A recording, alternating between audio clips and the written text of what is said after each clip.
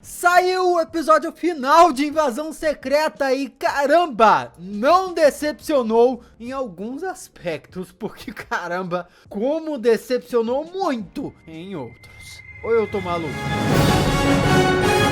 Olá, como vai? Tudo bem? Eu sou Miguel Loquia e esse é o meu vídeo de análise com spoilers e nota do episódio final de Invasão Secreta, porque mais tarde vai sair o meu vídeo desmontando esse episódio, que é aquele vídeo onde eu vou pegar todas as referências com os quadrinhos, teorizar o que pode sair desse episódio aqui para o futuro do universo cinematográfico da Marvel, conectar os pontos, enfim, interpretar todas as mensagens ocultas dessa história, beleza? Daquele jeitinho que a gente tá acostumado. E se você não tá acostumado é porque talvez não seja da família Loki ainda. Então deixa eu já te convidar a se inscrever no canal apertando o botão aí embaixo. Deixa o like também para fortalecer o vídeo se você curtir o que a gente conversar por aqui. E se você já for um Loquia, meu beijo lá e vamos falar sobre esse episódio aí que pode dividir opiniões. Está dividindo a minha opinião. Seguindo a nossa metodologia tradicional aqui, eu vou começar com os pontos positivos, né? As coisas boas, depois vou falar as coisas ruins e daí a gente parte para as notas, ok?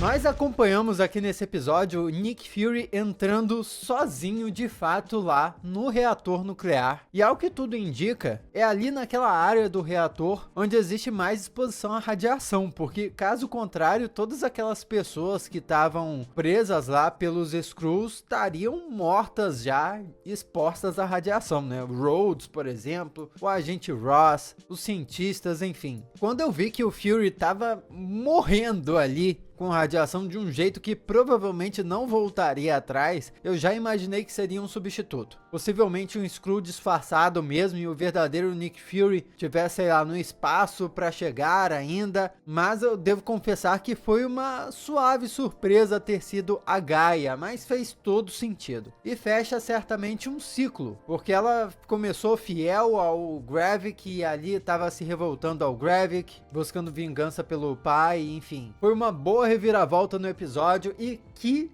cena, viu? A cena dela se transformando, que o Gravik não dava nada, né? Aquele processo de adicionar o DNA a ele com o Nick Fury ali no meio iria provavelmente matar o Nick Fury, ele sendo um humano, mas a revelação de que o Fury ganhou poderes e depois de que o Fury era a Gaia foi dirigido de forma maestral. Mesmo eu acho quem já desconfiasse que fosse isso que iria acontecer, acho que pôde ter uma emoção naquele momento e foi uma ótima surpresa a série ter ido até o fim dessa história e ter colocado o vilão de fato adicionando a colheita a si mesmo. Um baita plano arriscado do ponto de vista do Nick Fury ter dado aquele material para Gaia fazer o que ela achasse melhor, mas no fim das contas, como telespectadores, foi ótimo ter visto aquela luta. Uma batalha em computação gráfica nível cinema aí. E melhor até que em alguns filmes da Marvel, eu devo dizer. A Gaia e o Gravik ali ficaram no nível de Mega Skrull, porque estavam com poderes da Ordem Negra do Thanos, de heróis, de vilões da Marvel. A Gaia usa poderes ali da Fantasma, que é a vilã de Homem-Formiga e a Vespa. Então fica evidente ali que havia DNA não só da Batalha de Vingadores Ultimato, tinha DNA coletado e condensado de tudo que é tipo de super ser. É uma Mega Skrull mesmo, porque os personagens naquele final estavam mais poderosos que um Super Skrull dos quadrinhos. Um dos poucos casos de personagens do universo cinematográfico da Marvel que são mais poderosos que a sua contraparte das HQs. No caso aqui nem contraparte direta, né? Mas personagens que inspiraram eles. De fato eles ficaram mais poderosos que o Super Skrull dos quadrinhos, que só tem o poder do Quarteto Fantástico. A Gaia realmente é absurda com esse poder e seria capaz de bater de frente com os Vingadores. Ela sozinha é um time de Vingador em uma pessoa só. E eu devo dizer que a série, apesar de ter tido um clima de espionagem e de tensão, ter entregue essa batalha grandiosa, épica aí, no final foi algo digno de histórias em quadrinhos e o tipo de coisa que fãs de super-heróis esperam, pra falar a verdade. E ainda com um pouco de reviravolta condizente com a série. Mas aí a gente já precisa entrar nas coisas ruins.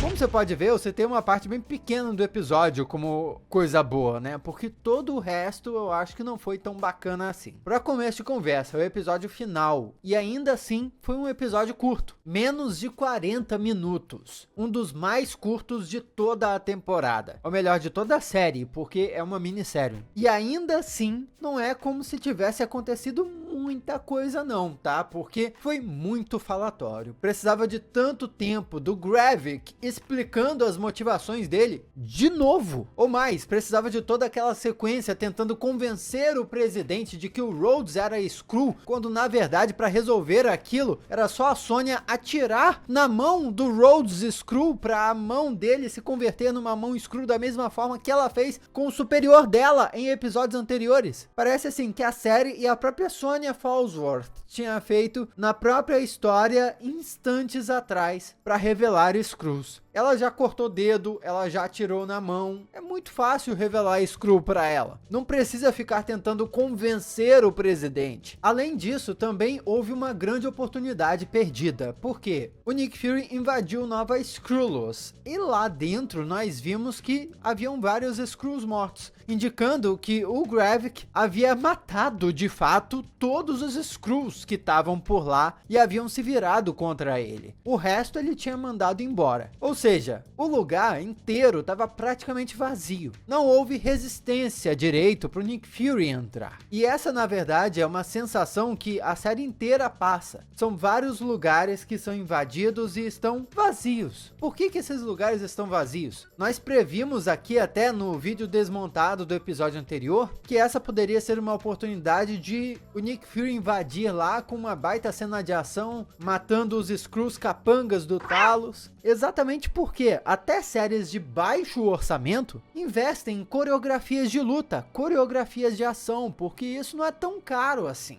E cá entre nós, Invasão Secreta teve tempo, porque demorou ser produzida, teve espaço, porque o episódio foi curto, e teve dinheiro, porque como eu comentei já em vídeos anteriores, a Forbes notificou que a Disney investiu mais de 200 milhões de dólares nessa série. É grana pra caramba. Então por que em alguns momentos Invasão Secreta parece tão preguiçosa? Será que é o Samuel L. Jackson que não queria fazer uma cena de porrada, uma cena de ação? Acho que isso infelizmente prejudica o resultado final. No fim das contas, a Gaia sai andando dali, extremamente poderosa, com o DNA de todos os heróis, mas totalmente sem rumo, até ser recrutada pela Sonya. Por mais que tenha sido satisfatório ver a cena de luta da Gaia, o arco dela na série não foi satisfatório. A gente chegou a prever aqui nos vídeos desmontados que a série iria acabar sendo uma série sobre o arco dela se tornando líder dos Skrulls, meio que uma história de origem dela. E essa nossa previsão, em parte, se confirmou, né? Ela se aliou a Sonya e foi insinuado que ela assumiria um local de liderança para os Skrulls que restaram.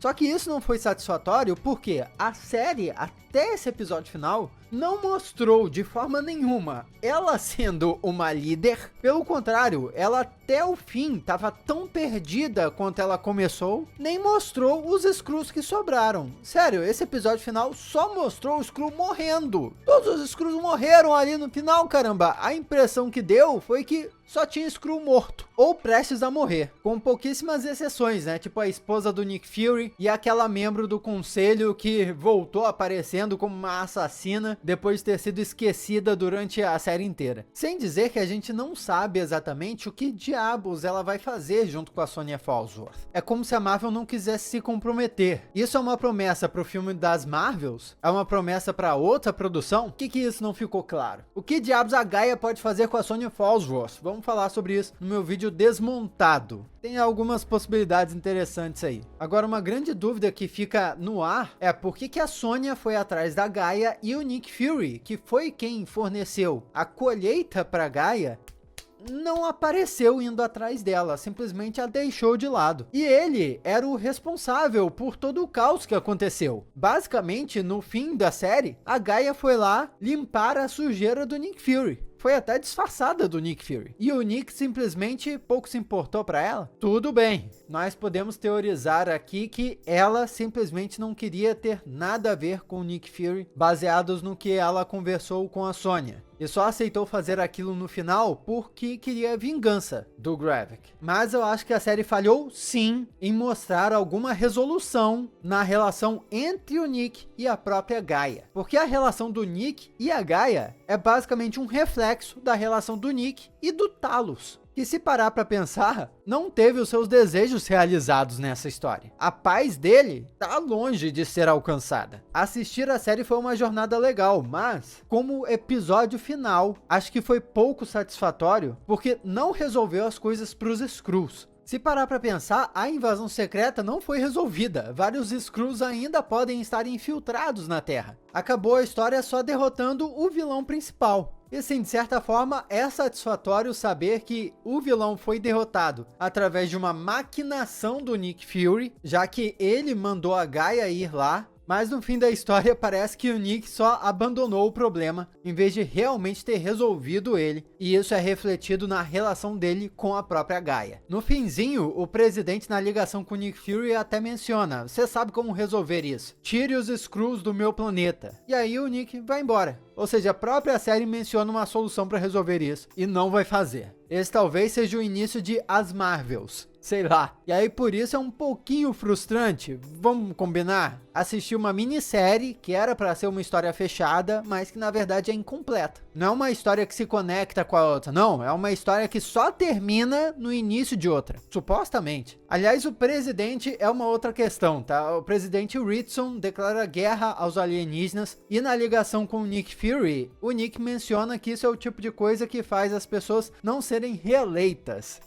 E isso é algo que nós já comentamos aqui no canal. Ia ser muito sem graça o Ritson simplesmente perder as eleições e ser substituído pelo presidente Thunderbolt Ross para o filme Capitão América 4, já que lá naquele filme o presidente vai ser outro. Mas aparentemente é esse caminho mesmo que vai seguir.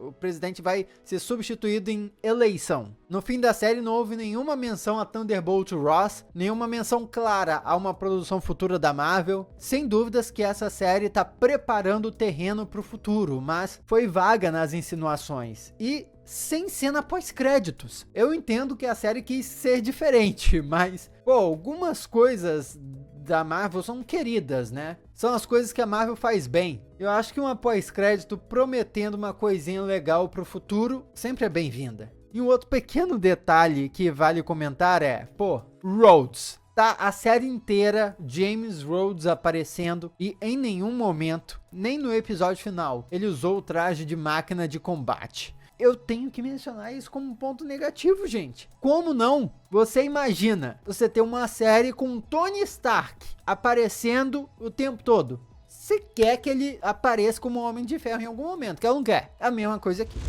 As notas caíram, mas ainda é bem positivo, viu? Personagens, 6. Ambientação, 6. Ação, 8. Muito por causa daquela cena. Drama, 6. Visuais, 8. História, 6. E final, 6 também. Uma nota por diversão. Acho que esse episódio merece uma 8. Porque ainda fecha como uma boa série da Marvel. Mas uma nota crítica para ele seria 6. Comenta aí o que você achou desse episódio final. Vamos trocar uma ideia a respeito. Aqui do lado tem outros vídeos que você já pode assistir. Muito obrigado pela sua companhia fenomenal. Eu sou Miguel Loquia.